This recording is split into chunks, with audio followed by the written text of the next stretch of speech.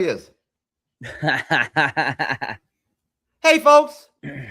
Wonderful to be on the MCU's Bleeding Edge YouTube channel and podcast on Wednesday, March 4th, 2026. Live. About to break off a movie review and breakdown of Once Upon a Time in Hollywood, Quentin Tarantino throwback, Golden Age Hollywood, classic Hollywood throwback movie. I'm Jeff S., a.k.a. TrueKnowledge, proud to be the co-host of the MCU's Bleeding Edge for, I guess, almost 5 years now, probably.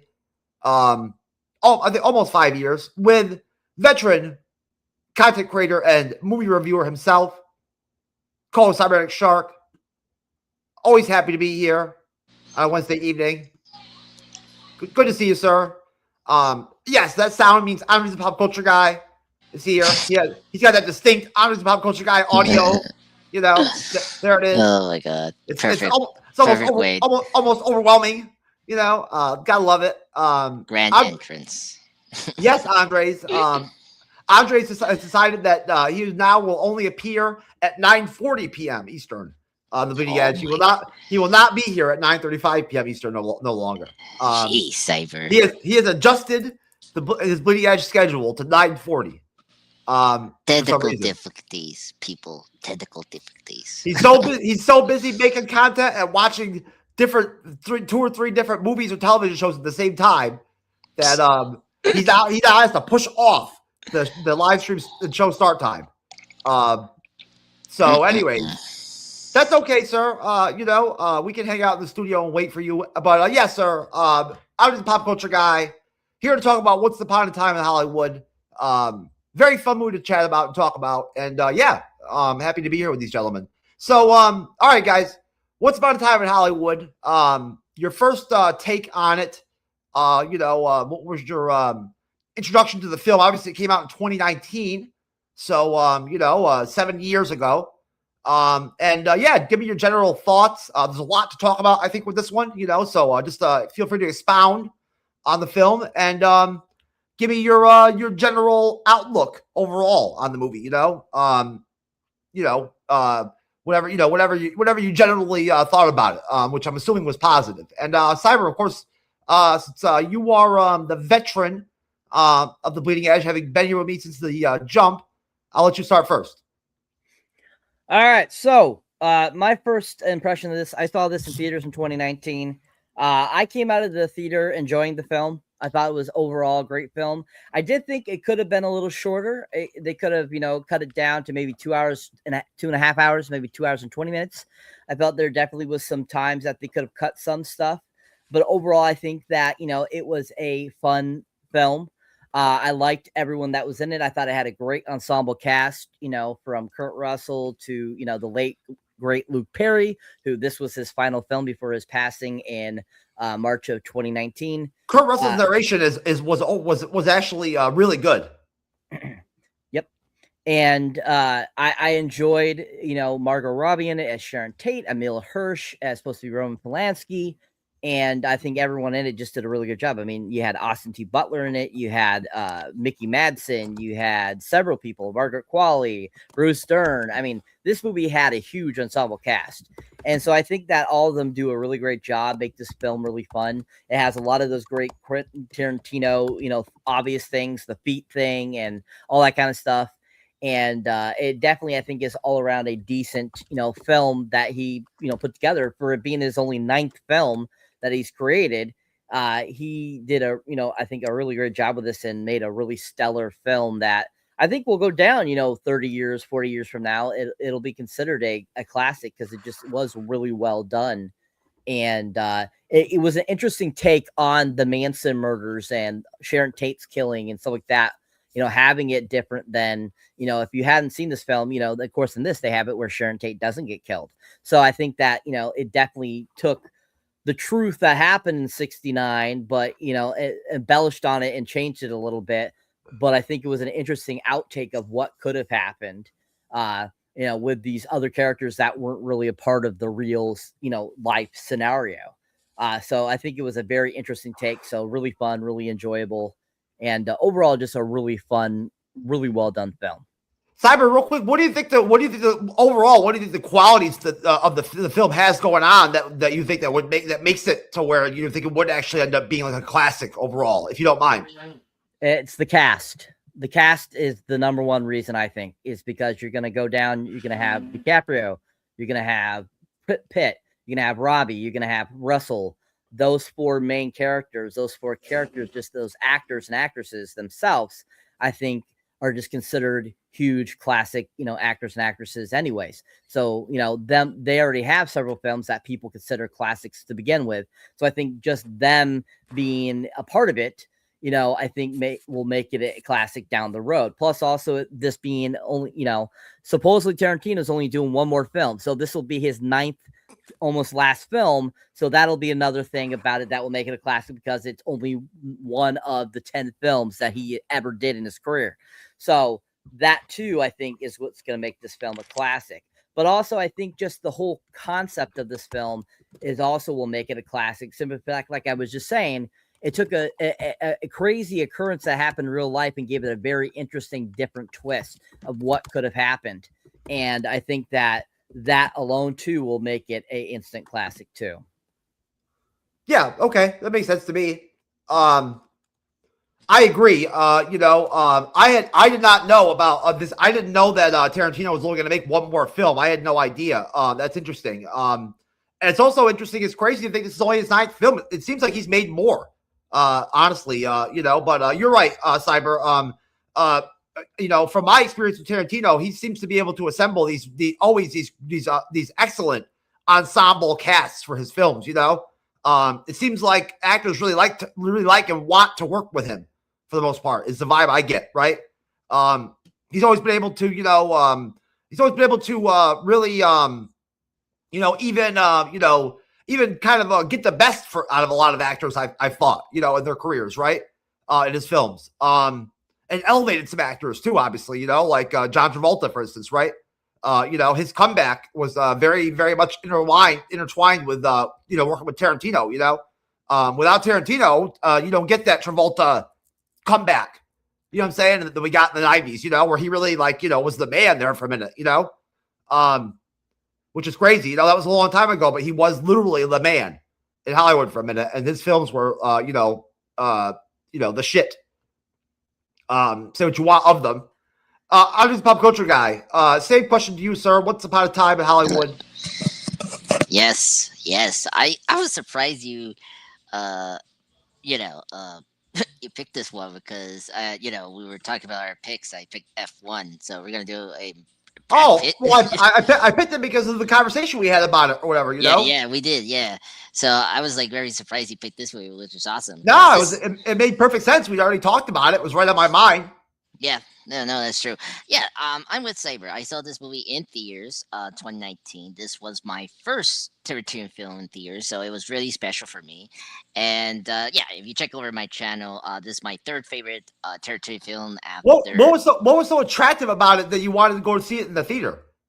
Well, my friend invited me to see the movie, so I was happy about that. And plus, I agree with Cyber. You got the 3 biggest stars in Hollywood: Brad Pitt, Leo, DiCaprio, and Margot Robbie in it. So I was really, really excited for that. And plus, for me, I'm very into what you call it, revisiting history, where the directors altered this particular time in history into something that is fictional. Like X-Men First Class is based on 1962, where the Cuban Missile Crisis happened, and other stuff like that. Or like Django Unchained is in the 1800s, and during the slave trade.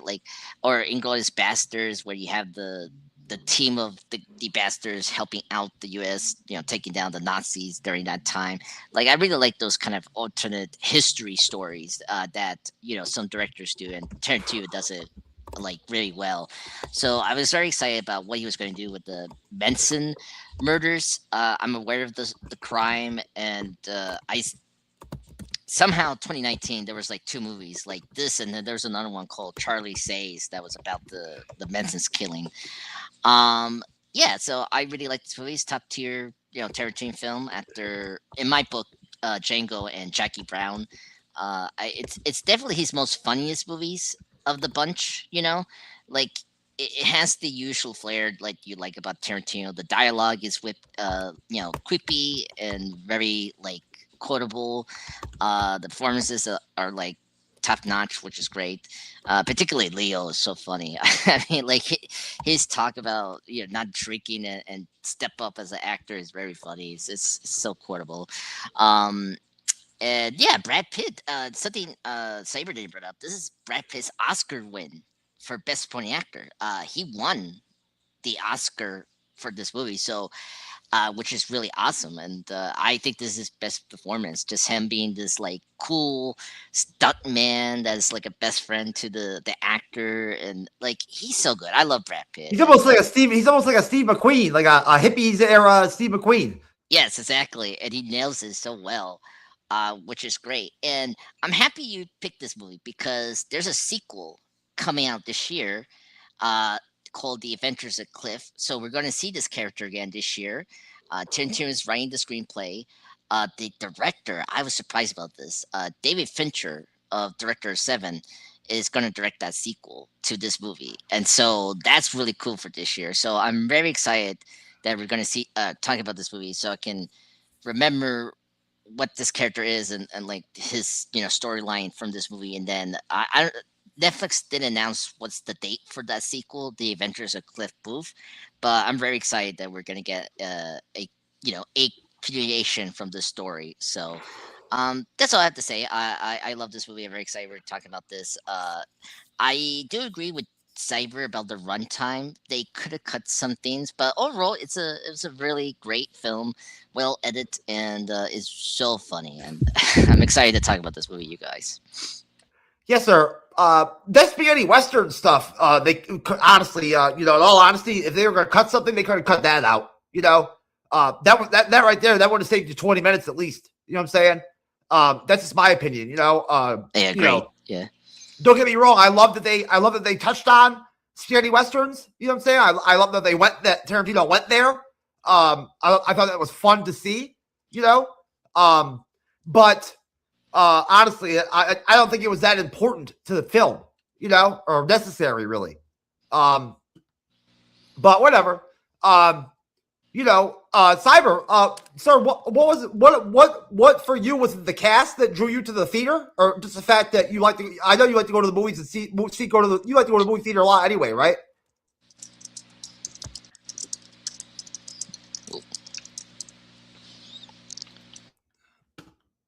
What was the question? Why'd you go to the movie theater to watch this movie? You always go to see Tarantino films in the theater? I went and saw this in theaters because I had a good cast. It looked good. That's all I was asking. Only reason. That's all I was asking. Reason. That was my question before, Cyber, that you missed. I said it wasn't the cast that brought you in. 100% the cast. As soon as I saw DiCaprio Pitt, I was like, I'm in. Lena Dunham was in that movie? Yes, she's one of she plays one of the cult people. Yeah, she was. People, yeah. It said she was Gypsy. I didn't realize that was her. That was her. Yeah. and Sydney Sweeney was in it too. Yeah.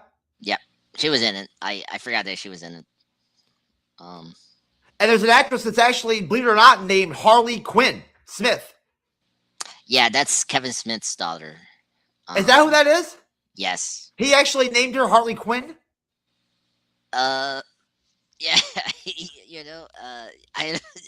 And Rumor Willis, too. Rumor Willis played one of the hippie chicks. Oh, really? I didn't see her. I thought she was one of the friends. Or maybe an actress. Joanna Pettit. I think that's an actress. Rumor Willis. Yes. We see her when she meets up with Sharon later in the film. When she was showing her the baby room? I did not realize that was Rumor Willis. No. She was wearing a blonde wig. It took a while for me to realize that was That's a very interesting casting he did that Tarantino did for this film. Way to get some very interesting actors in here. Rebecca Gayheart was in this. Who's that? It says Billy Booth, whoever that is. I'm honestly not that familiar with the hippie golden age Hollywood scene as far as all the actors and actresses from that period. So I'm not sure who people like Billy Booth. I don't know who that is. She was at the party that that Sharon Tate and Roman Polanski were having at their pool. Oh yes, That's where she was. that makes sense. Was that the mamas and the papas that was at that party too? Yeah, a lot of the other celebrity cameos. Yeah, see, playing. they had some of the musicians from that time, you know, Yeah. that they used to hang out in the Hollywood Hills, right? Yes. And they digitally recreated Michael Madsen for the film too. No, he was still alive. That was like an actual shot. Yeah, he didn't die until just a couple years ago. Yeah, last year he died last year, sir. Jeff. My bad. I real no joke. I honestly thought that they brought it back digitally for that film. I did. No. Hey, they can do that now. You know. True. No. You know. I mean, hey, you know. I mean, some people don't like it. You know what I'm saying? Some folks don't like it. You know. No. It's just Tarantino making it like look like what the TV were back then. You know. Yeah, I know. I get it. Yeah. So Yeah. I know. Hey, what's up, Bird from Room Upstairs podcast? Hey, Bird. No, look. I know that Tarantino loves casting Michael Madsen in his films, right? That's a no-brainer, you know. Yeah. So not surprising that he would give him a cameo in the film, you know.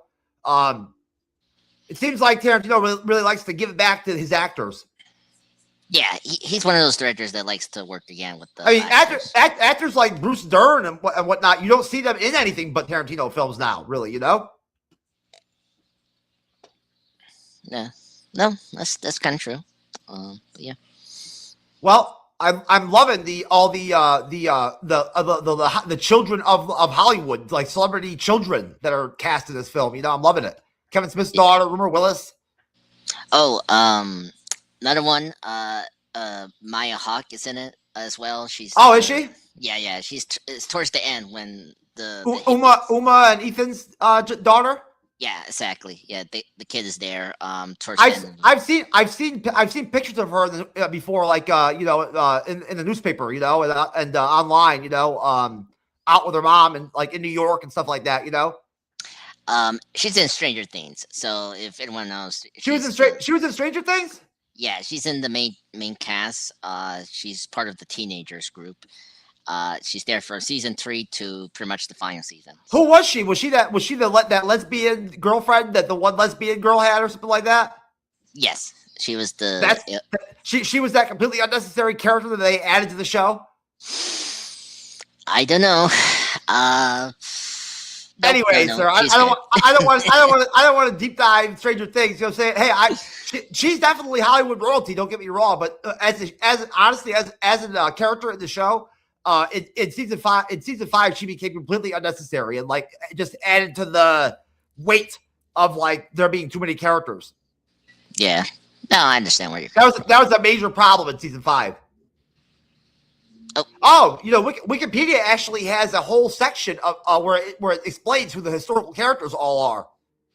Yeah, some of them are playing the real life, actors or people that like were related to the Sharon Tate group, or the system. It explains who the Manson family people are.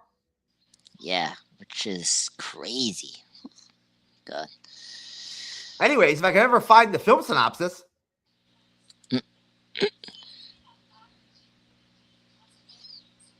Do they even have one? They do. Yeah, in Wikipedia, they literally had like the plot there. Where? Hold on, let me send it to you. I'm telling you, I did not see it. Really? I see historical accuracy and influence. I sent it in the comments. I should have sent it to private chat. Okay. Yeah. All right, if you say so. Hey, it's right there. Well, that's the same as that what page I was on. Are you sure? Like how deep? Plot. There it is. Okay. Plot. Yeah. All right, here we go, folks. Sorry about that delay, guys. My bad. Little pause there for a minute. You know, that's always nice. Nice awkward pause is always good when you're live on YouTube and X and other platforms, right? So let's see how this Wikipedia plot synopsis how well it adapts the actual film, right? Because we've been having some problems with that with television lately. So we'll see what happens with this movie. So in February 1969, Hollywood actor Rick Dalton, a former Western TV star, copes with a fading career. His most recent roles being guest appearances as TV villains. Agent Marvin Schwartz suggests working in spaghetti westerns in Italy, which Rick considers inferior. Rick's best friend, stunt double, personal assistant, and driver is Cliff Booth, a World War II special ops veteran living in a trailer with his pit bull Brandy. Cliff struggles to find stunt work due to a past altercation with Bruce Lee, and rumors that he committed, I guess, uxoricide. I guess is that what killing your wife is? I have no idea. Uxoricide, it says.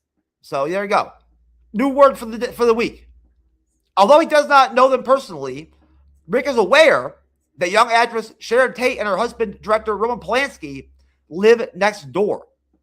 Rick longs to befriend them, thinking it could reignite his fading career. So that's a nice little introduction, I think, for sort of the way that the film starts. You know, sort of focusing on, you know, obviously Rick's, you know, work and, you know, Cliff's work as a stuntman, you know, and sort of what they do in Hollywood, everything's kind of established, you know. So why don't we start there, guys, if we can? Andres, what can you make off that? Yeah, sure. So the opening is really great. It's really fun. It introduces you to the characters, Cliff and Rick Dalton.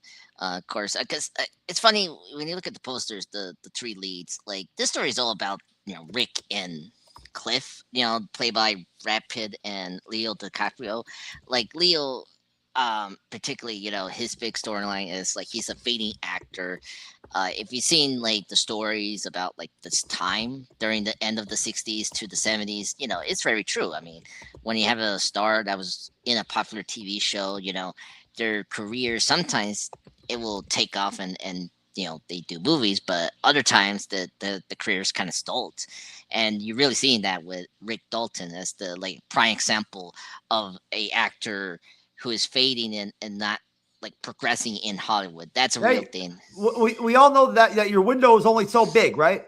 Yeah, exactly. So I really like the tier 2 talks about that and like use that on Rick as a character. And then, you know, you look at Booth, right? He's a stuntman. You see how incredible these people are when they do their jobs.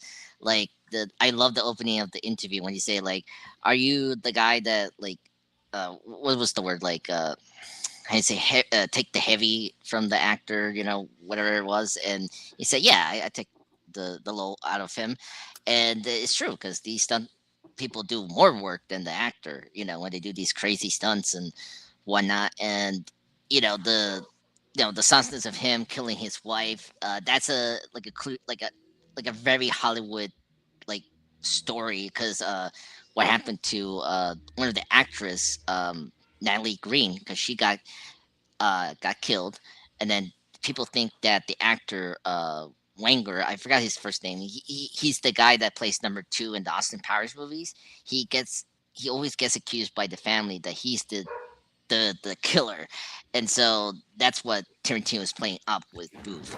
So I really like the introduction of these characters, and of course we get introduced to Sharon Tate. If you know her story, it's like, you know, very sad, and how crazy the Charlie Manson family kill her and some of her associates back in 1969 during the murder. So we got introduced to her and Plexi and the party and that. I think that word ultracide or whatever, you know, has something to do with the fact that he killed her with that harpoon gun. Yeah, I think so. I think I remember that. But yeah, I think that's what that word means, because you know, when you get killed with a harpoon. Yeah, let me look at it. Apparently, is about it's like a killing on one's own wife. It could be used in the context of killing. Oh, okay, so it's your wife. Okay. Yeah, it's another term for that because I was wondering what was that? What was that? Isn't there another word for killing your wife or for your spouse too? Let me see. If they have one. What is what is fratricide? Fireside. Oh, they have another one, but it's for the husband. It's like here. I'll post it in the private chat. But yeah, they have words for both the male and females. But yeah, so like we get that. We get introduced to Al Pacino's character, who's like this agent that wants to give Rick a potential to like be a movie star by starring on these Biscotti Western films, which is kind of true. I mean, some actors star in these Italian stuff, Yeah. and Clint Eastwood, right? yeah, exactly. Like when Clint Eastwood was done from whatever show he was doing, like he became big when he started those Italian, the Man with No Name trilogy. I mean, that's how he became big because of those movies. And so, um, I think that was really cool that they brought that up because that could help Rick move on. And I love that scene, like just him talking about how he's seen some of Rick's films, which is hilarious because you see the one part with him killing the Nazis with the flamethrower, which we bring that back towards the end of the film, which is great. Love that. Just him enjoying his movies and then telling him that if you want to progress in Hollywood, you need to like star in this because there's potential here. And he's just telling him if you just continue doing the guest spots and the villain roles, you're gonna be done. Like then you're gonna start on these other shows or like the fact he brings Batman Robin, because the '60s show was going on that time. That was true because a lot of Andre's question or Cyber: Does Italy have deserts? I mean, where the fuck? How do they shoot spaghetti westerns in Italy? They must have desert climate there. they do. I just trying. No, I mean that's kind of required to shoot a western, isn't it? Yeah. I mean, sometimes their production is also co-produced by Americans as well, so they can go over to LA and shoot it there. Yeah, no, I just think because Rick goes to Italy later on, Yeah, but no, there's some locations. I've been to Europe. Like, there's some locations that they can be in the Western, like, like environment. Okay. Honestly, I wasn't aware that I had no idea that they must obviously there must be desert in Italy. Yeah, I just know I try to remember some productions they shoot it like somewhere like Greece, You can't just recreate desert in a studio. You know what I'm saying? You have to shoot in it. Yeah, no. I know where you're coming from, but yeah, sometimes they will go other countries where they like have the environment to look like a westerns. That always happens. But yeah, that's all my thoughts. I think the opening is really effective. You get to know your characters, particularly Cliff and Rick, and it's really cool because you see all like by the way, the production design is really great. It's by Barbara Lean, who won the Oscar for the production design in this movie because she really captures the LA like '60s, and it's so beautiful. And I think the Oscar was deserving for her. And yeah, like he transports you into the '60s so well with everything, Well, of course, the music and all I mean, that. what about the Bruce Lee scenes? Because I think that's basically in that section, right? Is it? Yeah, I mean, it mentioned it in the synopsis. Okay. I like the Bruce Lee scenes. They're funny. I think I think the actor they pick he looks like Bruce Lee. He was and great. Yeah, he was great. When I saw the first time when he starts making the noise just like Bruce Lee, it's like, oh yeah, he's definitely Bruce Lee, and I like his reaction to one of his friends telling him that, hey, that's the guy who murdered his wife, and he's like, really? I'm just getting ready to beat him up. I just love that, and I love that it's during the Green Hornet timeline, which is great because that's how people know about Bruce Lee is the Green Hornet. So I love that fight, and That's awesome. I forgot he was in the Green Hornet. I know he's great as Kato. I forgot he had a television career. Yeah. Before Enter the Dragon and some of his movies from the '70s. Didn't Bruce Lee die before Enter the Dragon even came out?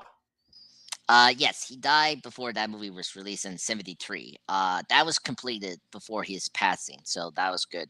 But the other films, like I don't know, The Death of the Game of Death, like that had to use some stunt people to like cover Bruce Lee Ah, famously. So and that's the movie where you see the little suit that the bride used in Kill Bill. So just let you know that. Yeah, I like the Bruce Lee scenes, and I love the dialogue that he has with Cliff. Like he tells him that I'm a lethal weapon, and then of course Cliff say, uh, murdering someone is called manslaughter. I love that line. So funny. But yeah, love the section. It's really great. It gets to know your characters, and it transfers back you into the 60s, which I love. I love the 60s. yeah. It's very realistic that back in the day, back then, people could actually get away with murder. Like openly almost. You know what I'm saying? True. Look at Ted Kennedy. You know what I'm saying? That motherfucker got away with murder in the 80s. Come on, man. All right, Cyber, go ahead, sir.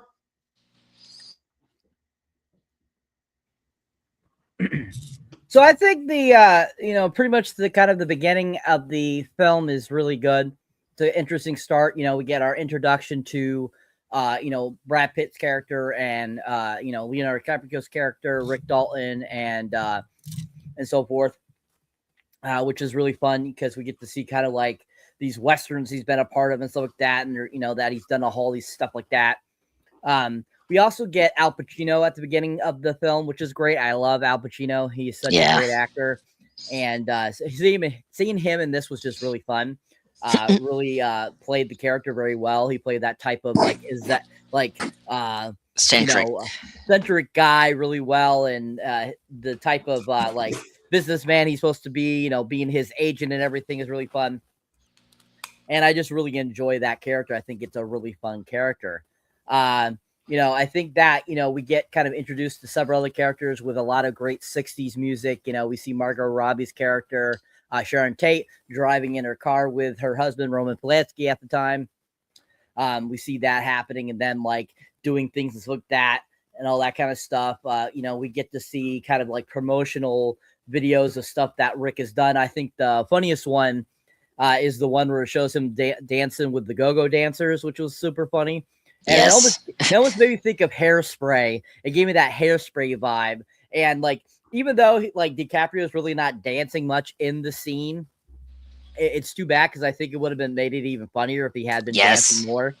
But at the same time, it still gives me Hairspray vibes. But at the same time, I think that's like my favorite scene because he like literally is not really doing much, and you're just kind of like, what the fuck are you doing, bro?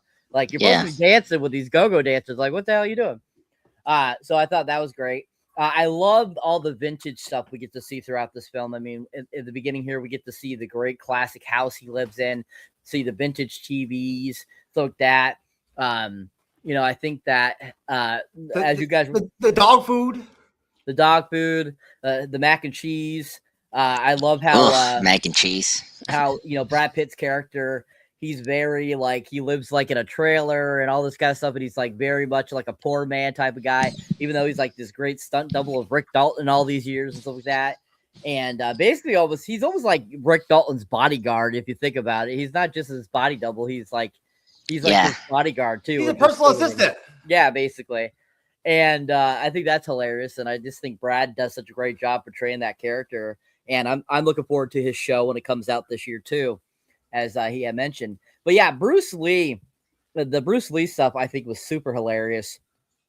I think that whole situation there was done really well, and I enjoyed it. I thought that the guy that played Bruce Lee did a really good job, and his time being so short in film and stuff like that, from dying so young, is really a kicker, because it would be really interesting to have seen just what else he would have done in his career if he had lived longer than to 32, and his untimely death in 73, which is only supposed to be 4 years after this is happening. You're like thinking to yourself, like, wow, we only have 4 more years of him. Like, wow. And, all the stuff that he put out within that time frame was amazing, Enter the Dragon, all that stuff. And, definitely he had to have stand-ins, kind of like, Brandon had to have stand-ins when he passed away on the set of The Crow. Yeah. And it was just really kind of, it was too bad, because you could tell the difference in the scene. How insane is it that Brandon died young like that, just like his dad, right? No, it's insane. It's funny because Brandon, I think this year, Bruce Lee would have been 86 this year. Brandon would have hit 60 last year. If he had still been alive. These people that died so young, it right as their careers are really getting going, it'd be interesting to see what they would have been like, later on, if they got to their 50s, got to their 60s. And so I believe that there's actually footage of his death out there. You could that somewhere. I'm sure you could. Yeah, it's out there. And it's too bad just how young he died. But seeing him, like, getting to see that sequence there where this guy's playing him, he did such a great job. I really thought that we were watching Bruce Lee. I mean, definitely there was things that how he talked definitely wasn't 100% like Bruce was, but at the same time, it's still like the continuity, the great way the actor did it. You really thought you were watching Bruce Lee in 1969. It was just that good. And their fight scene is so freaking hilarious. And Brad's just kind of like, I think you couldn't take on Muhammad Ali, or Cassius Clay that he was at the time. He hadn't changed his name to Muhammad Ali yet. And that whole scene is so funny. And he like throws him into the car and shit.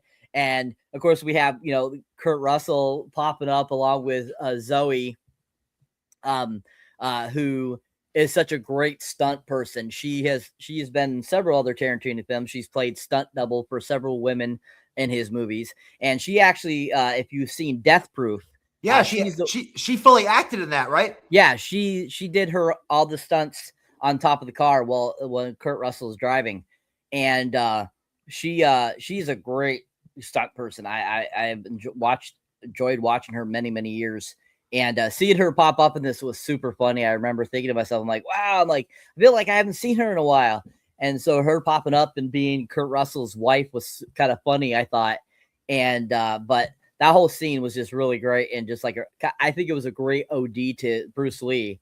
I remember when this film came out, and Bruce Lee's family had a problem with the portrayal of Bruce Lee and saying that's not how my dad acted and all this kind of stuff. And I was cracking up. I'm like, I've watched interviews with Bruce Lee, and I'm like, yes, that's how he acted. He definitely sounded just like that. I'm like, what are you talking about?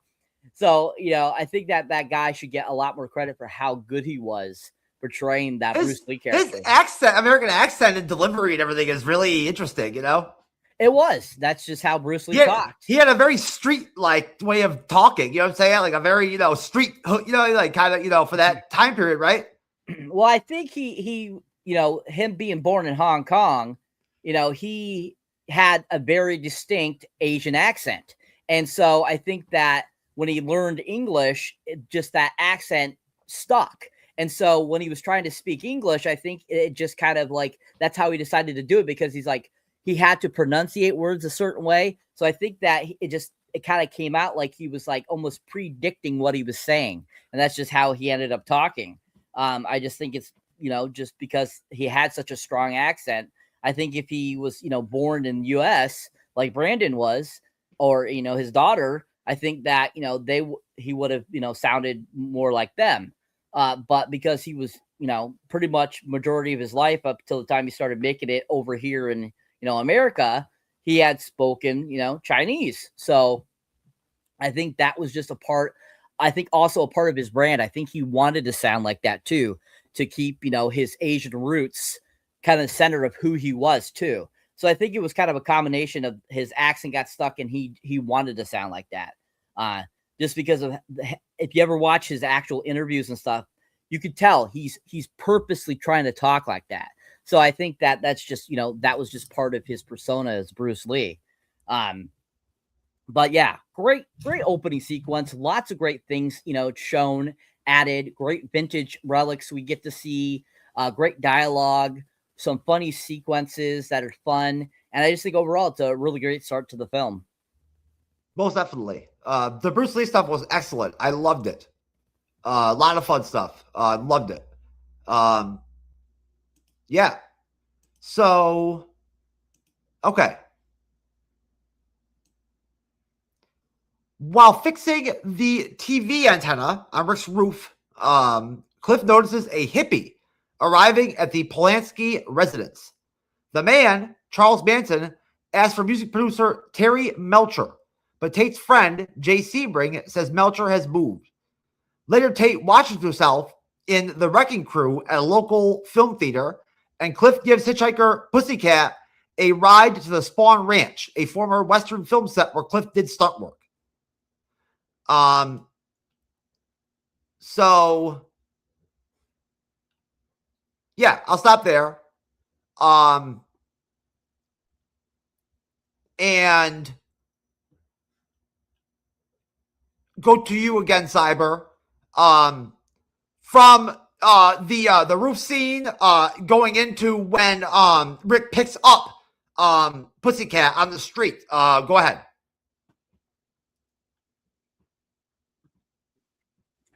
I mean, honestly, like this section, I think is, once again, just more kind of like, information laying down, giving you more,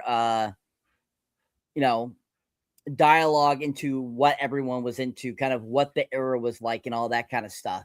And, I think that we have some interesting moments throughout this, some great dialogue, and stuff like that I thought was interesting.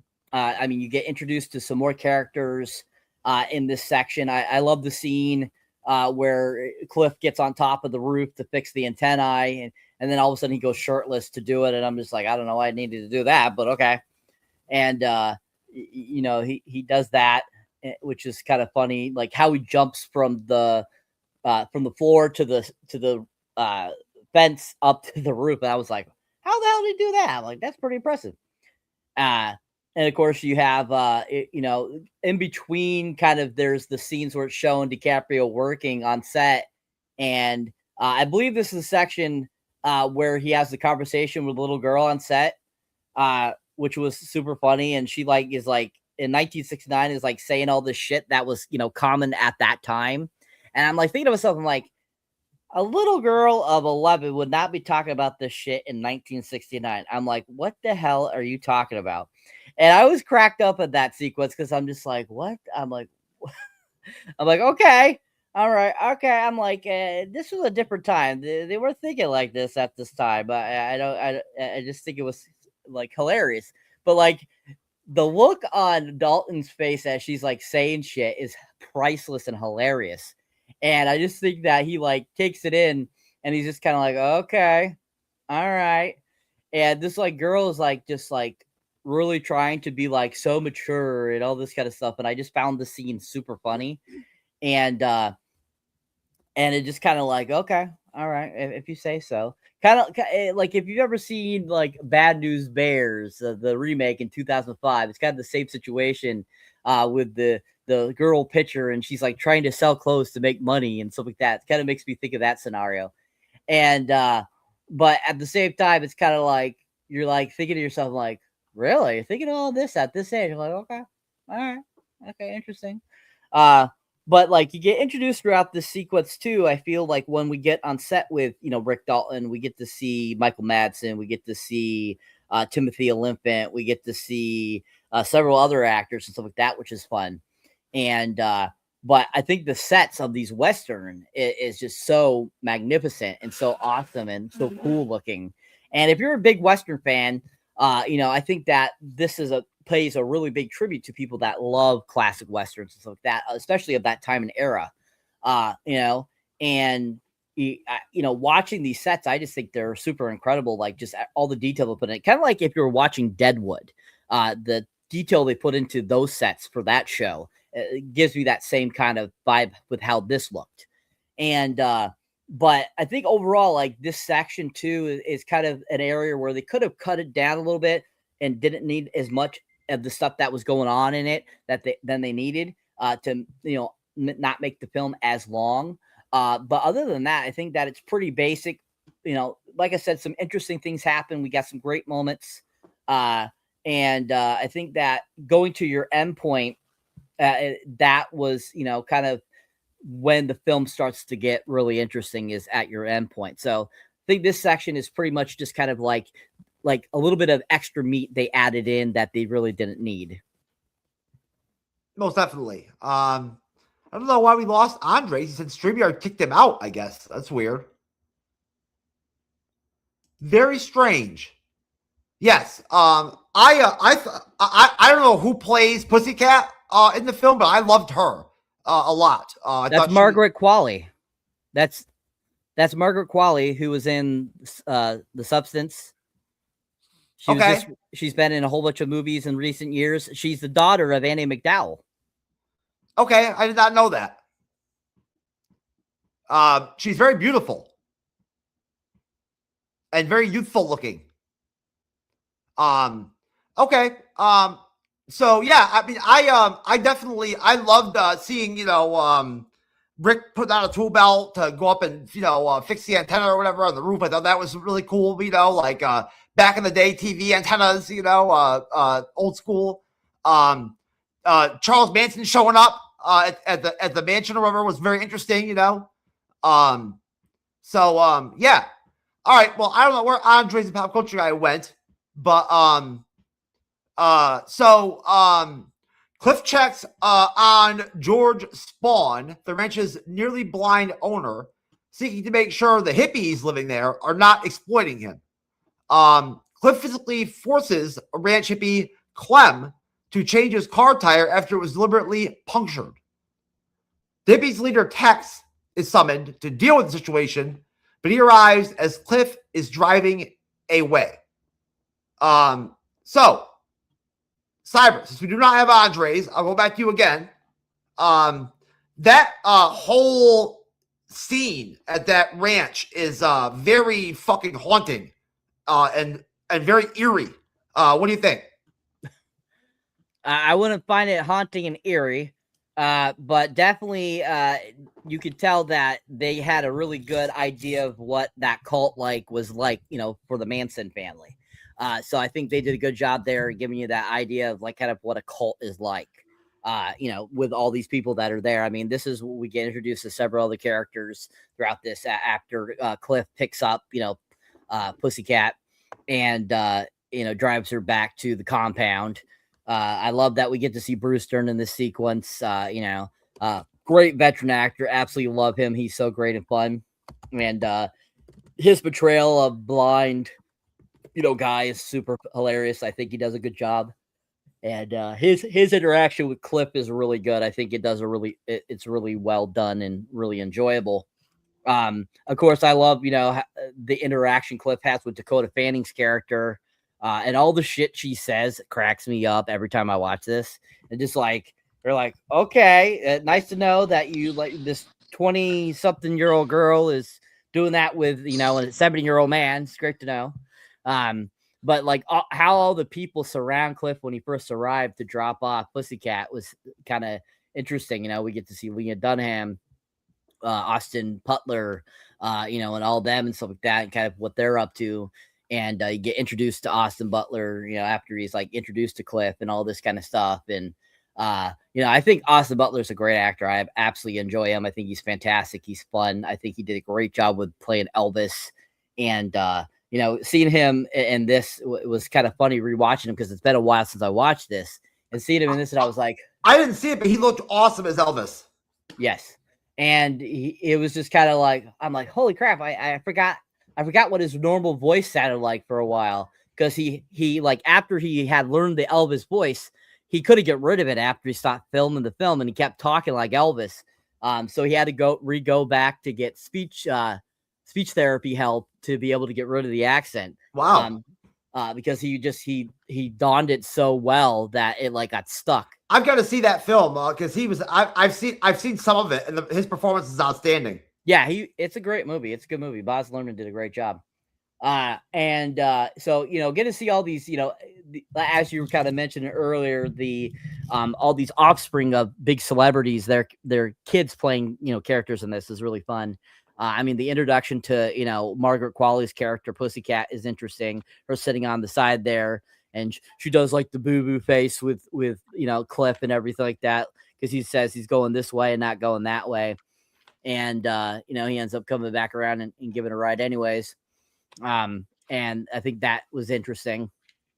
And their conversation in the car ride is kind of funny too. And then of course the feet thing.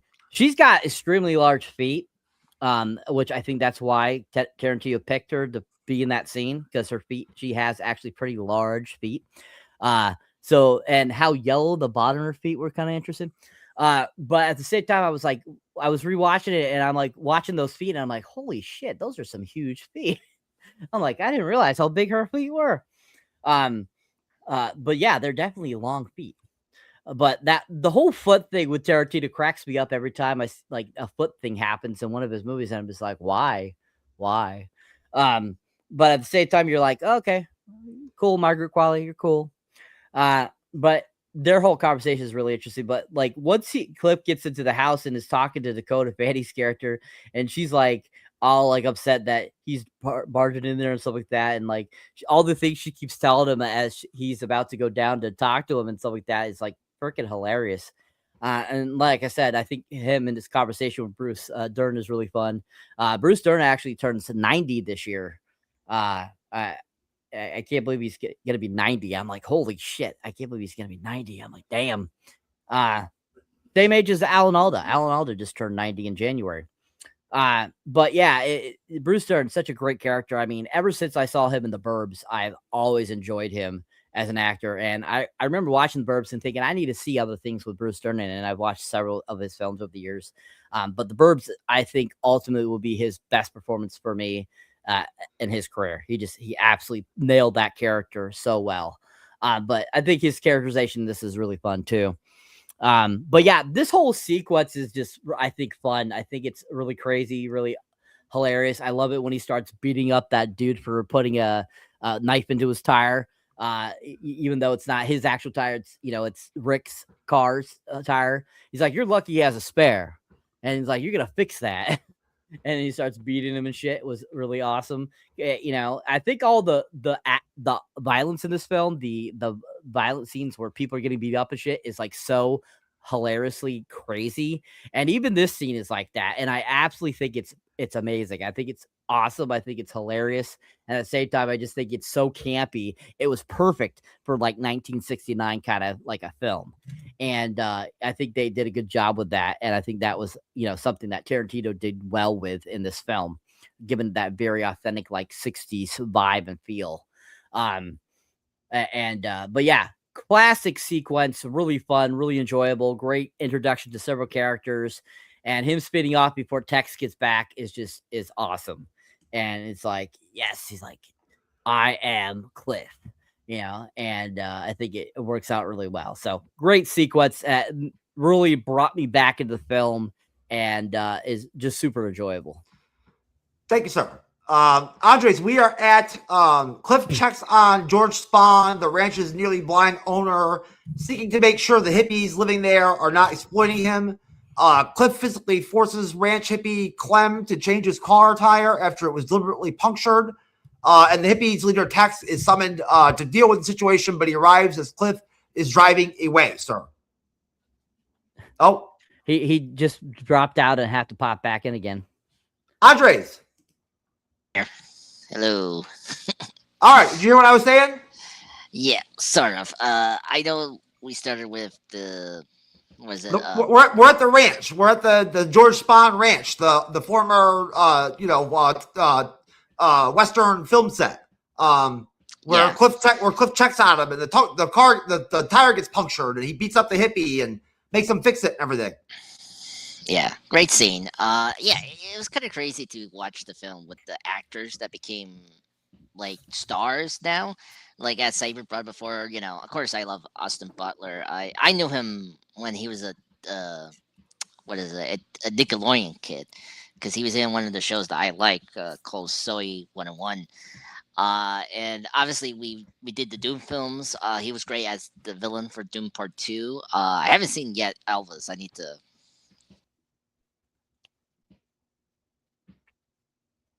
Oh, and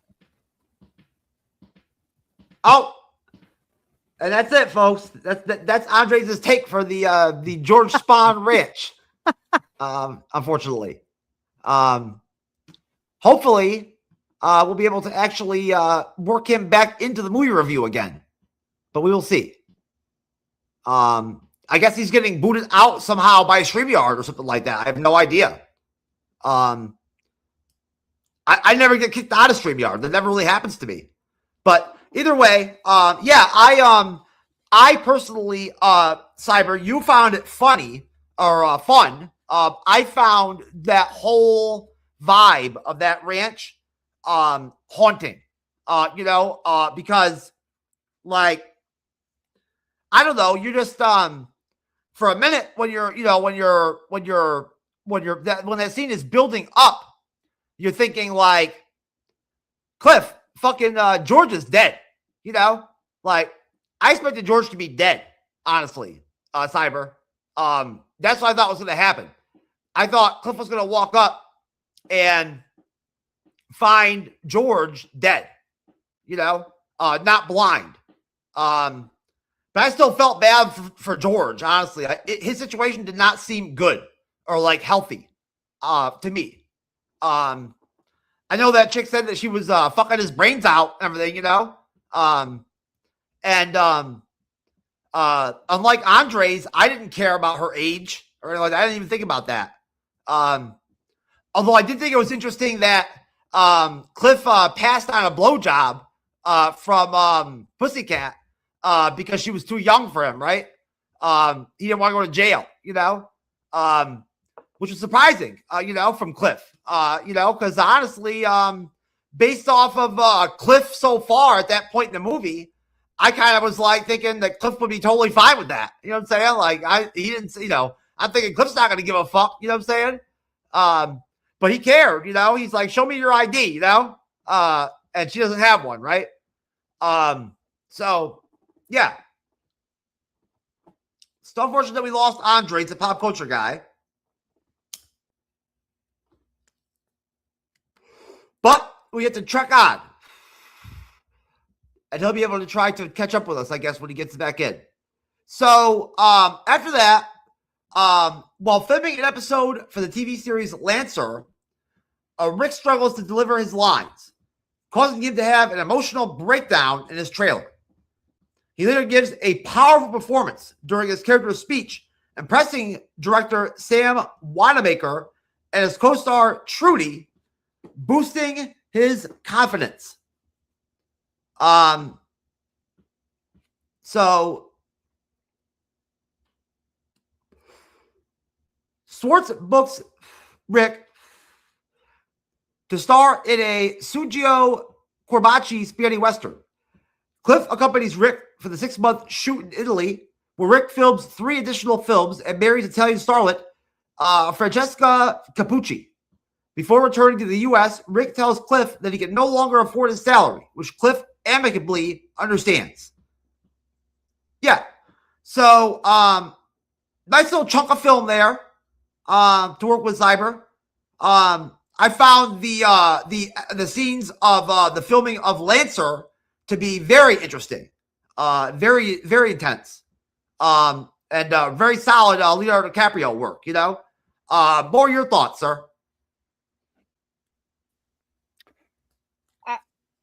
So, I mean, this is, a great portion of the film as well.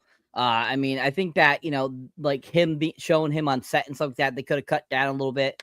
But I think that the talk he gives himself in the trailer is freaking hilarious when he's yelling at himself and stuff like that before he goes on to do that scene that, everyone claps and applauds him for, is just absolutely hilarious and like freaking insane at the same time. And he's yelling at himself and he's doing all this shit, which is super funny and just like is on point in such a great scene that just really delivers a great performance. Oh, he actually threatens himself. I've never seen that before.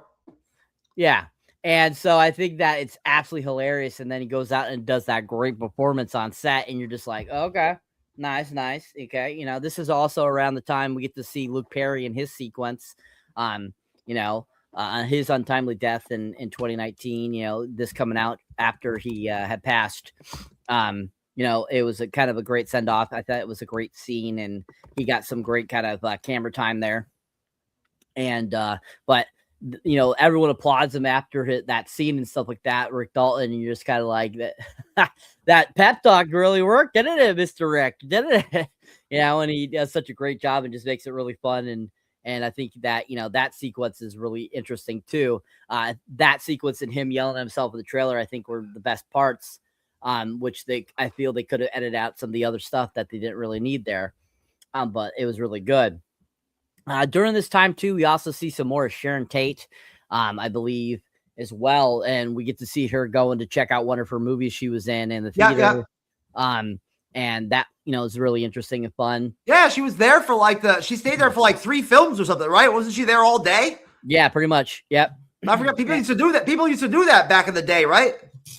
Yeah, I'm sure some did. Yeah, most definitely. I don't know if how true that was, if Sharon Tate actually did that in real life. I don't recall. She might have. I'm not 100%. But that was an actual thing back in the 60s or 70s. You know, was sitting for a theater for multiple films. Yes.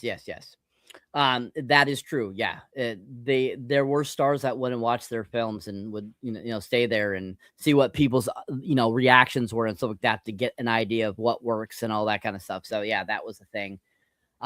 So that was interesting. You know, I think that was a great portion of the film. Because that was one thing about this film is that it kind of pivoted from Rick Dalton and Cliff to Sharon Tate and Roman Polanski and stuff like that, and kind of intertwined the Manson murders into this like storyline that, I think that thankfully it was very cohesive. I don't feel it really like took away too much from it, but at the same time, definitely there were things you're like, oh, if you look up the real story, it's completely different. But at the same time, I think that it played well for cinematic value in this film. But yeah, really, really interesting section, I think, leading to, Dalton going over and doing those films in Italy. I think we had a great time over there, and then him coming back with a wife and stuff like that. And then, Rick having to fire Cliff basically because he can't afford him anymore because, he's not making much. And you're just kind of like, yeah, I get it. The TV work dried up, Yep. Mm-hmm. And you're just like, it's nice that it was amicable and that Cliff didn't like hold it against him or anything and stuff like that. And, they had an amicable, split there. And I think that works out really well. And I think that their conversation is really fun too. And I really enjoyed it. So I think overall this section leading to your conclusion point, where Cliff gets fired, I think is just a very interesting section that had some very entertaining points, but also I feel that there could have been some edits that would have made it a little bit shorter. I agree with you, Cyber. I think that the way that Tarantino splices in the Sharon Tate stuff in the film is not there's not a lot of it, but it's well done. So I agree. Andres, you back with us? Yes, I am. All right, sir. Going back to the ranch. Yeah. Okay. I know the ranch. Yeah. So I really like the scene. I was saying before, the actors that became famous for this from this movie is kind of incredible. Of course, Sydney Sweeney, became popular after joining the HBO show Euphoria, and then of course you got Mikey Madison, who is now the Oscar winner actress from Anora.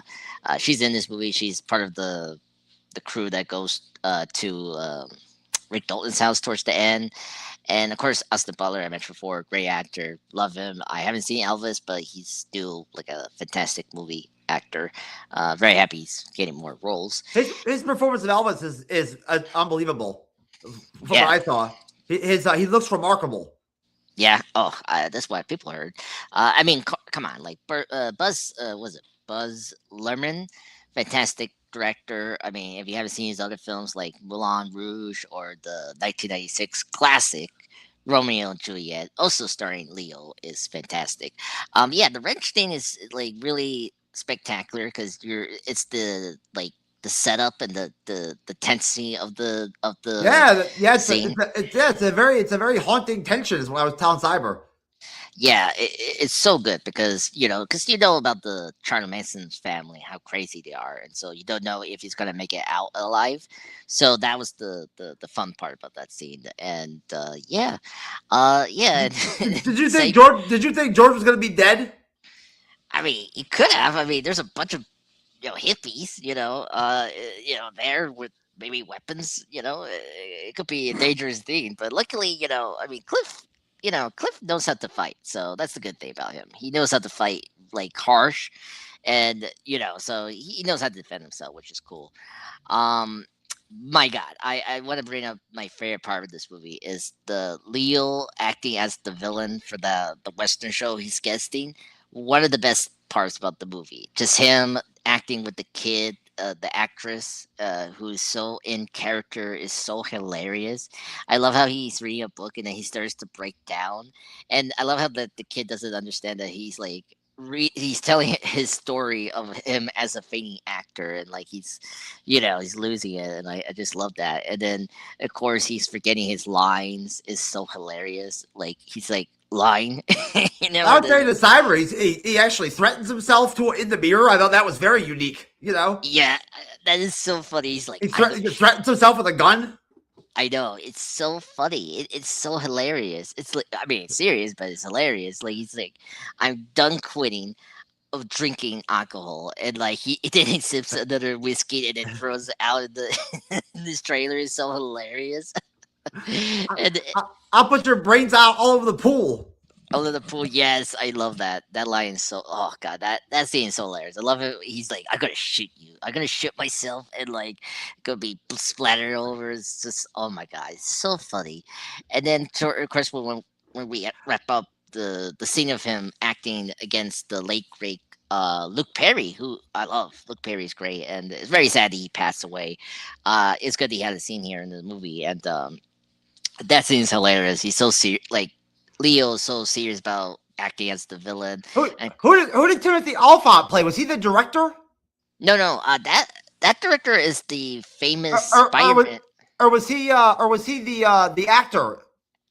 Oh, you didn't recognize him? Timothy Olyphant was the star of the show that Leo is on. Oh, okay. Yeah. So Lancer. Lancer, right? And he's the one that in the scene where he's forgetting this line. That's where Timothy Yeah, is on. that's where he is. Yeah, okay. Yeah. He's supposed to be Hispanic. Yeah, which is not true. That's the funny part about that. That was funny, and like, of course, it was in the trailer, and it was so funny. Is when the kids say that was the best acting I ever seen, and like just back in 1969, they were still spraying on brownness to make white people Hispanic. yeah. I mean, that was true, and I like how Tarantino did that because that was very true. It was funny. I didn't recognize that until today. I was like, wait a minute, he is. They were. I don't think they were hiring Hispanics in Hollywood back then. No. That came later, like around the 80s or something like that. But when we were getting more actors and diversity, whatever. That's insane to think to imagine. Like racism against Hispanics like that back in the day. Yeah. Unfortunately, it happened. So yeah, I really love the section. It's my favorite part about the movie. The wrench is really intense, and you see Cliff doing his thing, and then of course the Lance Western TV show with Rick is hilarious. Like that was my favorite part about the movie. And do you want me? We went all the way to where Rick goes over to Italy to do the spaghetti westerns, and Yeah. Cliff comes with him, and then he comes back with the wife, and lets Cliff know that he's got to let him go, can't pay him anymore. Pay him anymore, yeah.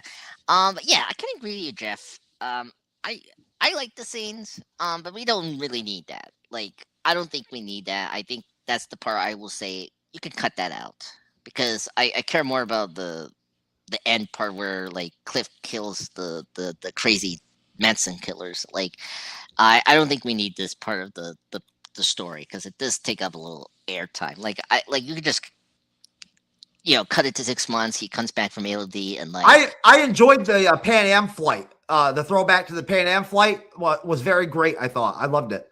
Oh yeah, I was happy they used Pan Am because they were still they were there at that time, so it was really good they had that.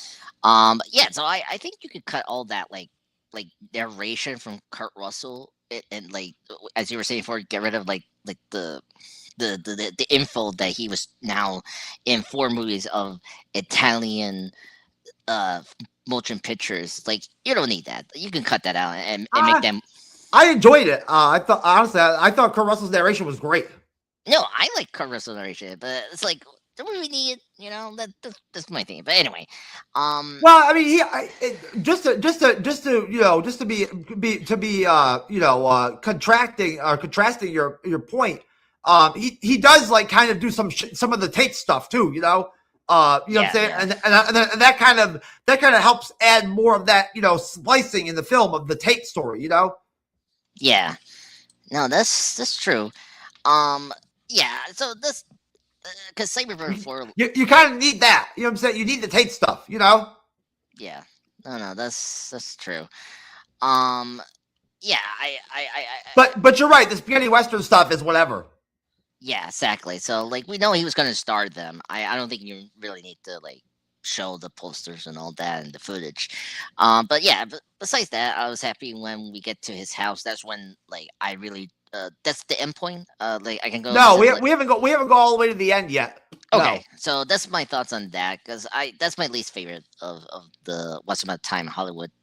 Because that takes up too much the pacing and all that, but it's not as bad. Like I don't mind it. Like I if you ask me, like at Saber Save 4, you can cut it down like at least a bit, 2 hours. I will say that's the part I will take it out is the whole narration of Leo joining into the spaghetti Italian movies that was set up early in the film.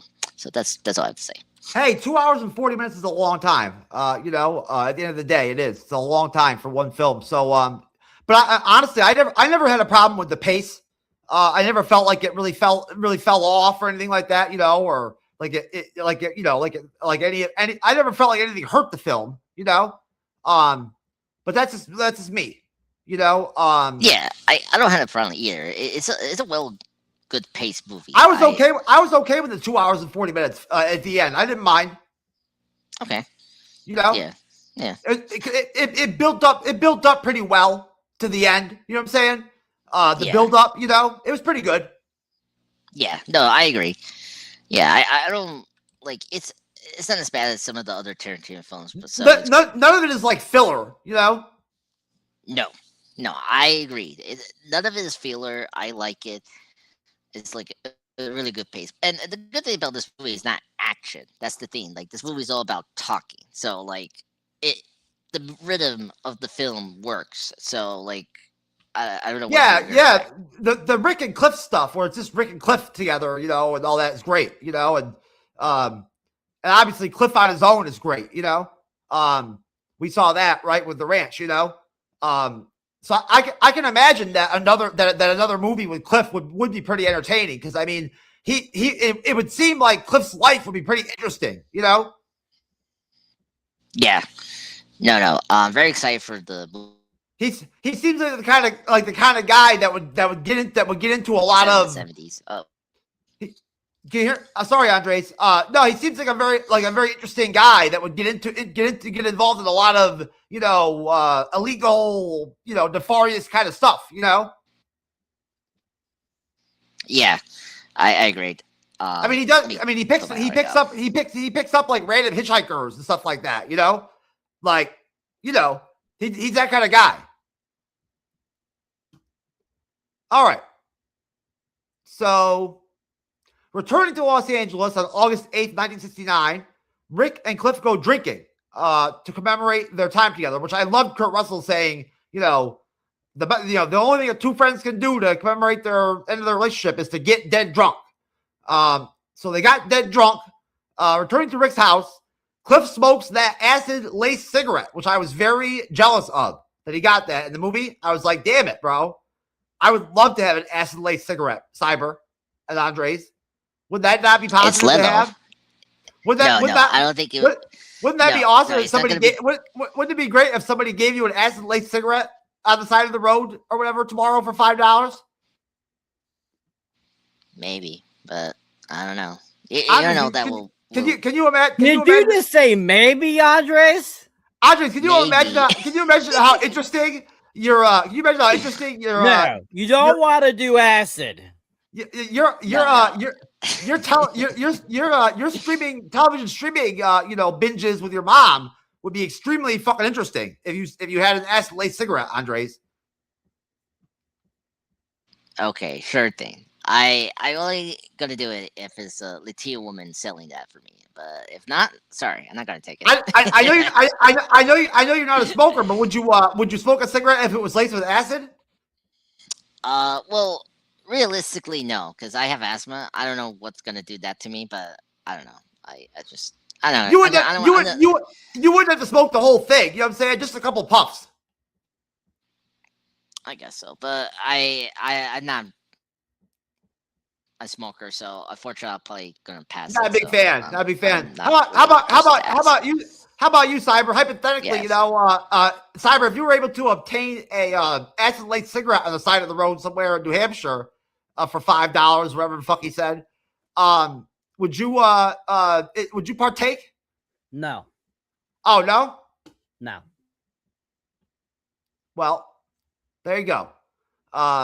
In 1969, acid was more of a acceptable thing. I would be all about the acid-laced cigarette. I was very jealous when I saw that.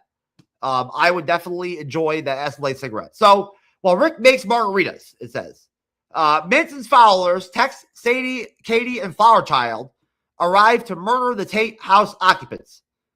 Hearing a car's loud muffler, an enraged Rick orders the group off the private street. Recognize him, the family members decide to kill him instead. When Sadie reasons that through television shows such as Rick's, Hollywood has taught them to murder. Flower Child deserts the group, fleeing with their car. Breaking into Rick's house, armed with knives and a gun, the remaining group confronts Capucci and Cliff, with Tex announcing that he is the devil and here to do devil's business. Cliff recognizes them from Spawn's ranch and orders Brandy to attack. Brandy mauls Tex and bites off his genitals. Yes. And Cliff finishes him off by stopping him to death. Fucking brutal, bro. Brutal. He is stabbed by Katie, but swiftly beats her to death using random objects around the home, which was fucking brutal, bro. Brutal how he killed that bitch.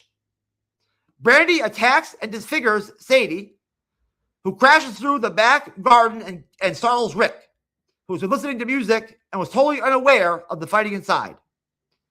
As Sadie attempts to shoot him, Rick retrieves a working stunt flamethrower from the shed and incinerates her with it. So I'll stop there. That scene is fucking brutal, brother. Brutal. So, Cyber, sir, go ahead. What's wrong? Okay. Oh.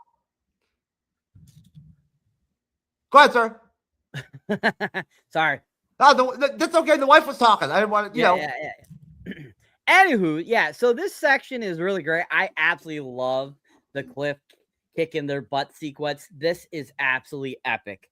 I think that the smashing, the brutalness of it is on point and hilarious at the same time as being crazy. And just like how he smashes that one chick's face into the seals and stuff like that are freaking insane. And then what happens to Mickey Madsen's character is absolutely crazy and brutal. I mean, she's being attacked by the dog, just like Austin Butler is getting attacked by the dog. And then, like, as this is all go on, because Cliff is on the acid, he's like tripping out and everything. He ends up with that knife in his side, and he's like, "I don't even feel that." It is absolutely hilarious. And after the dog is taking out Mickey Madsen and stuff, and she keeps getting up and screaming and going, "Ah!" and stuff like that. Is like, it gets a little annoying, I feel, the screaming at the same time as like, shut up, somebody kill her already, please. She's annoying as fuck with the screaming. And she runs out through the window and shit and like freaks out Rick, and he's like, what the fuck? And you're just like kind of cracking up because he's like, what the hell's going on? And at the same time, while all this is happening, Rick's wife is like there, and like she's like freaking out, everything going on. What the hell's going on here? And just how Cliff takes out these people is awesome. Like how he fights Austin Butler and then like kills him and then takes out the redheaded chick and then he's like the dog's helping him and everything. Like that was just really epic and awesome. And like her, like Mickey Matson's ultimate demise after Rick gets the flamethrower and like flamethrowers her, you're just like, what the hell? Like, no way. That's awesome. Like, how the fuck could people get away with doing shit like that back in the day, Cyber? You know what I'm saying? Like, yeah, I know. And you're just kind of like, holy crap, you know? I mean, back then, you know, there was a lot less laws, I guess. And you know, who has a flamethrower, you know, just hanging out at their house too? But it seems so, honestly, it seems so realistic of back in the day, you know, in the like 60s, 50s, 70s, that like you could get away with like, you know, fucking incinerating a house intruder, right? Or a hippie. Yeah. That is true. And you know, like, and then she jumps to the pool after she crashes to the thing, and then she gets flamethrowed and everything. You're just like, whoa, that woman's a crisp, and which is kind of funny and kind of poetic at the same time because Mickey Matson's character also catches on fire in Scream in 2022, which I think is absolutely hilarious. Like, so I'm like, what is going on here? Why does she get burned in both films, you know, before she ends up going to play a stripper and winning the Academy Award? So it absolutely makes no sense there, that career path, but okay. Yes. From my understanding, she's a stunt double too. I had no idea, Cyber. Oh, this is all new information to me because I don't pay attention to the Oscars or films like that. So I had no idea that Michael Madsen's daughter actually won an Oscar for playing a stripper. I did not know that. She's not Michael Madsen's daughter. Oh, whose daughter is she? Nobody's daughter. Oh, she's just an actress. She's just an actress. Madison is Madison, not Madsen. Yeah, okay, not Madsen. And so like that's just epic and everything like that. I mean, that leading up to kind of we get to see kind of Sharon Tate as she's pregnant and stuff like that with Roman and kind of their situation in their house, and then that whole conversation piece where it has the Kurt Russell's voiceover as they're at the different places, the different restaurants, stuff like that during that time, while they're getting drinks and stuff, was really fun and interesting too. And I think that was some really great voiceover and an interesting way to kind of, you know, bring it into tilt, because that is the day that the Manson people did end up breaking into Roman Polanski's house and Sharon Tate and everything. That's why I was telling Andres, you know, that you really can't. It'd be kind of hard to cut that out, the Kurt Russell stuff, you know. Yeah, and I think that works out really well and gives you kind of a somewhat idea of the real story that happened on that night, you know, over there in California, with the Manson murders. And I mean, you know, Sharon Tate got killed, and then of course, you know, the Folger gal got killed, and the other couple people that were in the house got killed, and you're just like, wow, this is such a horrific thing, and yet they completely changed it and altered it. We're having, having it a certain way. And I thought that was kind of interesting. They decided to go that route too with this. So, I mean, this whole section, having the intruders go into, Rick Dalton's house and, Cliff taking care of them, I thought that was an interesting take as well. And kind of a way to kind of change it up a little bit too, to kind of change the fate of those characters as well. So that I thought was really interesting and just really entertaining and fun. And, gave it a little bit of a different take too, as well, of that time frame that actually happened in real life. So, yeah, I really enjoyed this end part. I think that end sequence is just absolutely phenomenal and just is really entertaining and really kind of brings you back into the film. And it's like, holy crap, this isn't over yet still. And you're like, yes, I want more. So I think they did a good job there. Bro, the dog mauling was fucking insane. Insane, bro. Insane use of the dog mauling, very well done. The stunt work in that is great. Honestly, that is some fucking great stunt work in that scene. Whoever did that stunt work, throughout that whole brutal ass scene, you know what I'm saying, did a great job. And Cliff is one violent, brutal motherfucker, bro. You know what I'm saying? I'm sorry, but like stopping that guy's fucking head to death, was fucking brutal, bro. And that guy got mauled like a motherfucker too, bro. Which was very well done, I thought. I don't know how much of that was Austin Butler, versus the stunt, guy or whatever, but if that was Austin Butler doing that, a lot of it, then hats off to him, Andres, you back?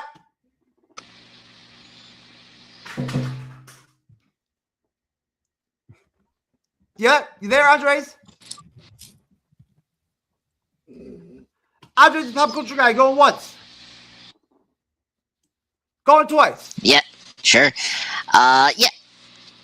Oh my god. All right, I hear you. I was just a little worried because you guys were lagging on my end part. But anyway, so the finale. Bird from room upstairs brought this up, and it was a really good point because the whole movie, it doesn't feel like a Tarantino film until the end of this film, right? Because you know Tarantino and his violence. And my God, when I first saw this in the theaters, when it happened, I was like, "Oh, I see what he's doing." So instead of the Tate family, the Sharon Tate murders happening, instead went to, maybe Rick is going to be murdered, and of course it doesn't happen because of Cliff, who is a great best friend who protects him and his wife by murderly, like viciously killing the three killers. Like I was just shocked about it. First, great dog. I love Brandy. Great, I guess bulldog. In that movie, he's so cute and very vicious. Just the way he I bites think it's a people. she. It's a she, right? Like, because he did say she, yeah.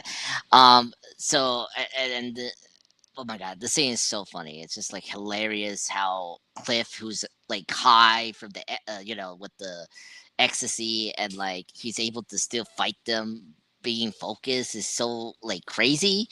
And just the way he throws the can at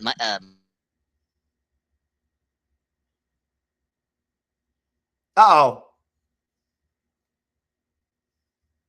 Andres, the pop culture guy, is having internet issues tonight, folks, unfortunately. So we've got some extra super fun, awkward pauses occurring this evening, which is very unfortunate because obviously we would like to hear what Andres has to say about this very important and pivotal. the Vanessa wife. Go ahead, Andres.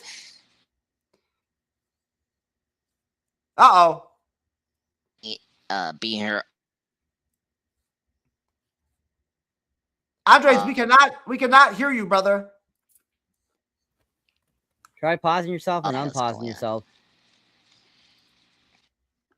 Yeah, hold on. Sorry guys, let me can you hear me now?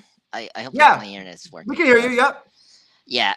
Okay. So and then after the ginger gets taken down, and then of course her getting bullied, beat up, like her head getting smashed by Cliff was so crazy, like to the skull. It was like, whoa, like that, like Cliff was that strong to bash the ginger to the face and like easily kill her was like crazy. That scene was really crazy.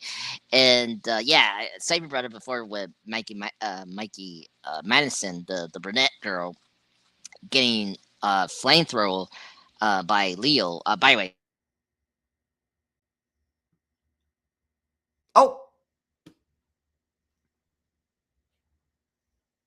Andres, we can't hear you.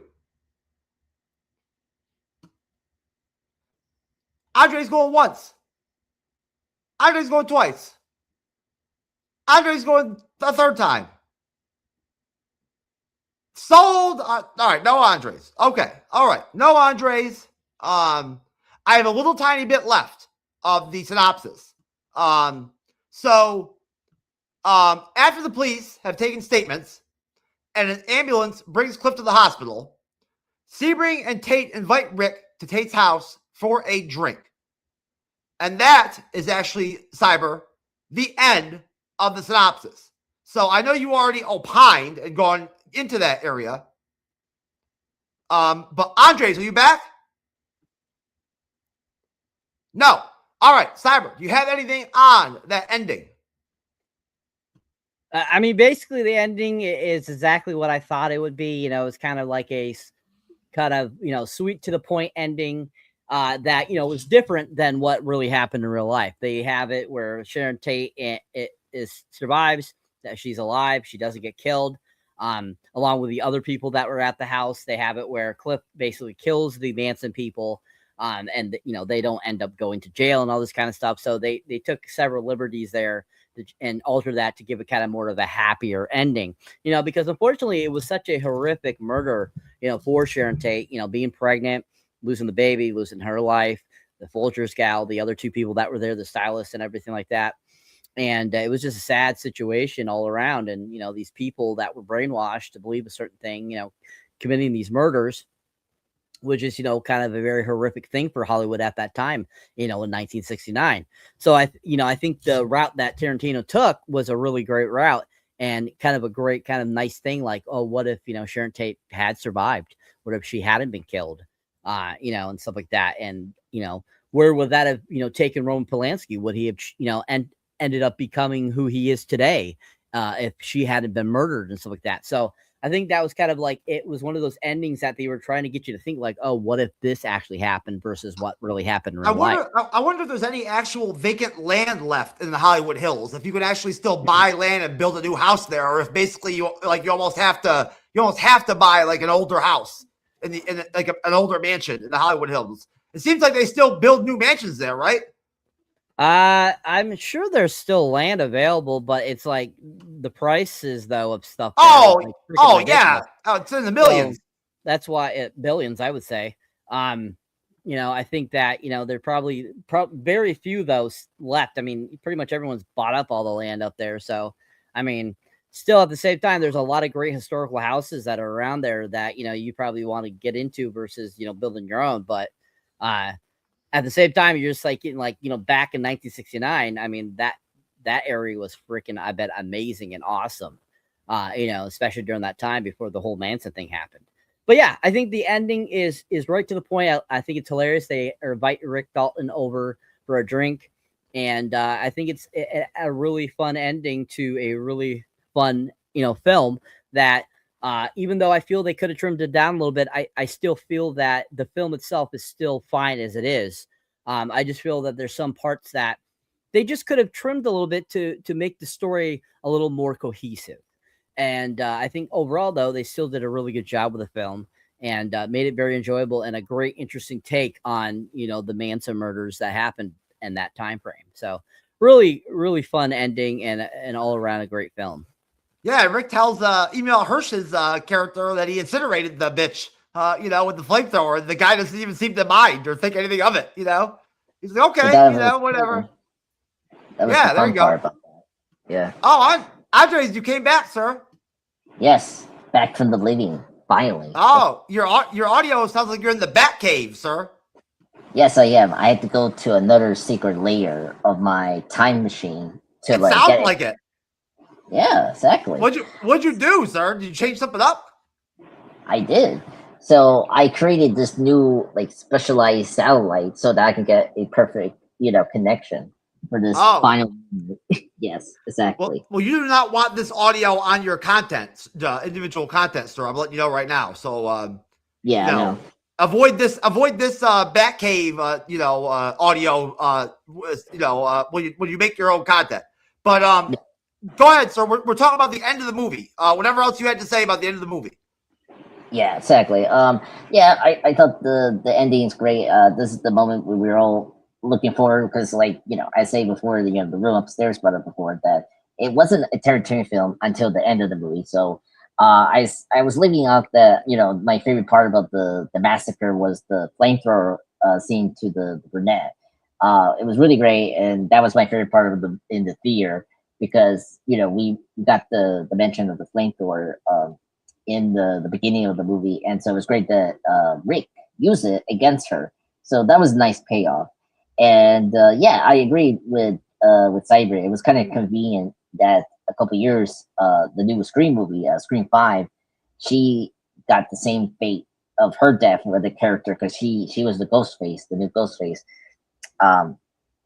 And she got like flame, but it was not a flame for her. It was mostly like a stove. Like she got shot twice by Courtney Cox, and then she got pushed to the stove, and then she got burned. That how happened to her character there. So really fantastic ending. It was really cool that he got invited by the Sharon Tate's friend and then to the house. And I agree, it was very funny that he was not phased about the violence. Like, especially, I love the moment he's like, "Oh wow, you used the flamethrower?" Yeah, and he mentioned that from the movie. What was it, 43 or something like that, from the World War II movie that he did, that we saw at the beginning. So I love that. Yeah, fantastic movie. Could it a bit shorter? Yeah, you can, but it's still a great film. It's well paced. I don't have a problem with this movie. It's still enjoyable. It's very funny. Again, my third favorite Tarantino film after Django and Jackie Brown. But yeah, that's all I have to say. Great ending. It was a really good ending. It just wraps up so well for a film that was all about talking, and I think that's the great thing about Tarantino. He knows how to make you happy towards the end of the film.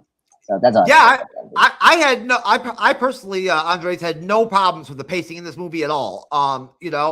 Most Tarantino films always have a nice pace. A nice consistent pace. So I was not at all bothered by the pacing of this film. I felt like my 4 hour, 2 hours and 40-minute watch was very entertaining overall. I enjoyed it. So yes, great ending.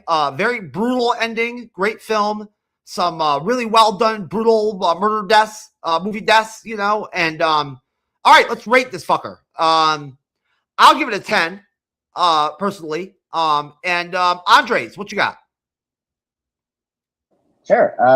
Yeah, I'll give it a 10 as well. I think again, it's a top tier Tarantino film, so I put it at number 3, and I think it does deserve the 10 out of 10. Great film, great performances.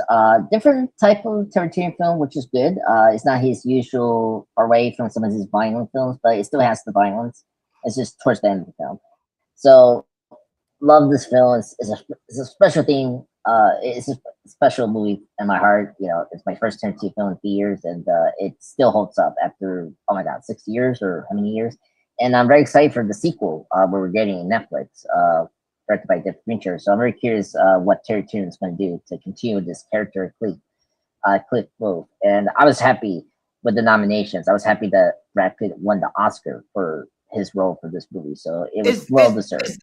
Is the Cliff thing a movie or a television show? A movie. It's not a miniseries, as Cyber say. It's a movie. Okay. All right. Yeah, they haven't confirmed. Yeah. It's not. We know it's coming out this year. I don't know what month it's going to drop. So hopefully we know that soon. Okay. Cyber, rating, sir.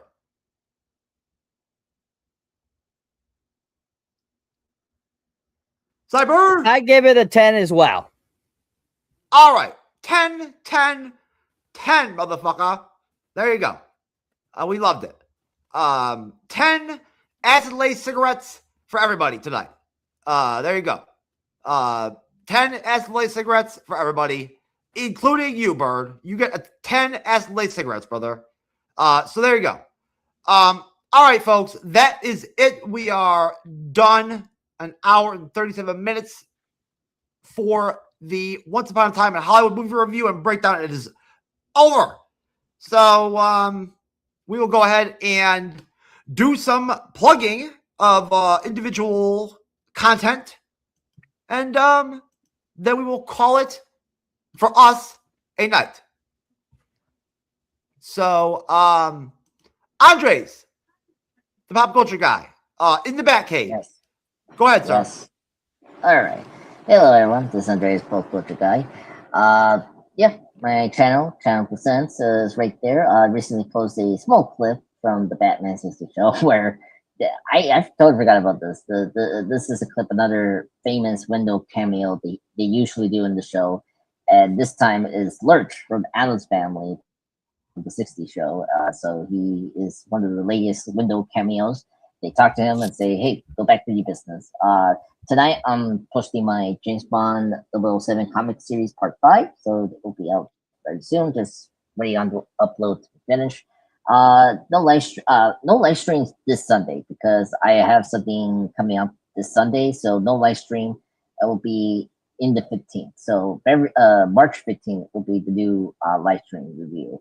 I don't know yet, but I do know it'll be something related. But I'll discuss that more next week. So no live stream review for this week. But besides that, you can check out the shorts. Recently posted another clip from Deadpool Wolverine where we meet Chris Evans' Human Torch. That is really big. And you can check out my other reviews like the Bridgerton reviews from Netflix. I did season 4. You can hear my thoughts on what I thought about the latest season of Bridgerton tonight. I will I'll probably do either Once Upon a Time or I do another finish up my top 10 Cindy moments from Scream movies. But that's all. Thank you guys for joining me. Sorry for the technical difficulties. Not my best moments in the MCU for the Edge, but hey, I stick to it, and you at least have some Time Lord stuff towards the end, so that's good news. It happens, sir. It happens. Cyber, go ahead, sir. All right, folks. So if you enjoy me here on the panel or as a moderator, check out my solo content. You'll find me under Cyberneticshark. You'll find me on YouTube. That's my main home base. And you can also find me on other social media platforms. As you can see there, my most recent video is the Bride trailer reaction. If you haven't checked that out, give it a whirl. It's an upcoming film that comes out this upcoming Friday, directed by Maggie Gyllenhaal. It's kind of a retelling of the Bride of Frankenstein film, along with some Bonnie and Clyde. So give that a whirl. If you haven't checked out my Mercy movie review, check that out. Chris Pratt's newest film. Really fun film. Great review to review. And it was really enjoyable, so check that out. For my shorts, I most recently put up my mini reviews of Scream 7 and Psycho Killer. Both of those are up now. They are 2 great films that were super enjoyable to watch. Psycho Killer definitely was the better of the 2 films. If you haven't seen either of those, check those mini reviews out.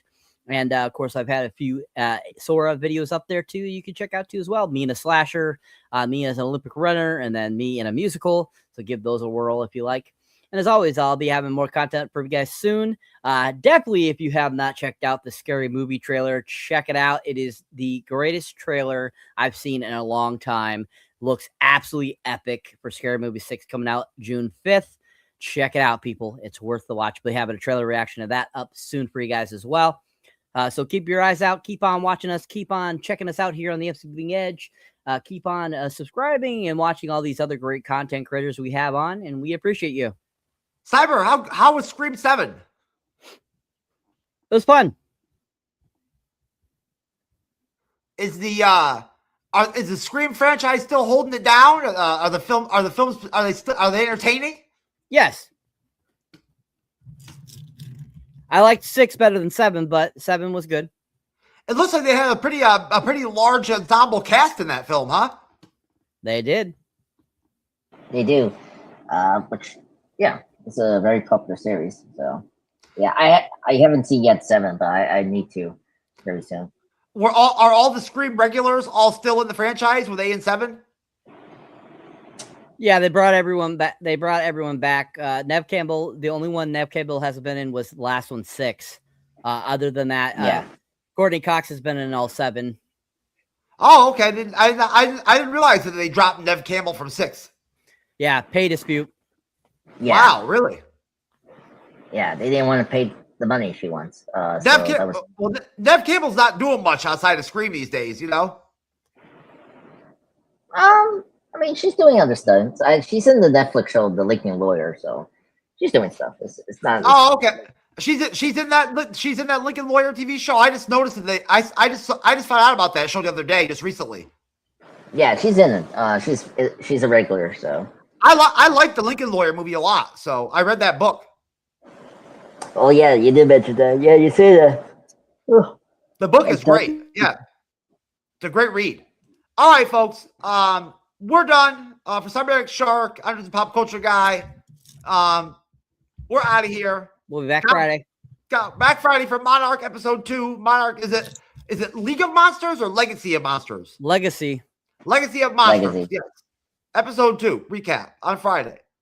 God bless you, folks. Peace out.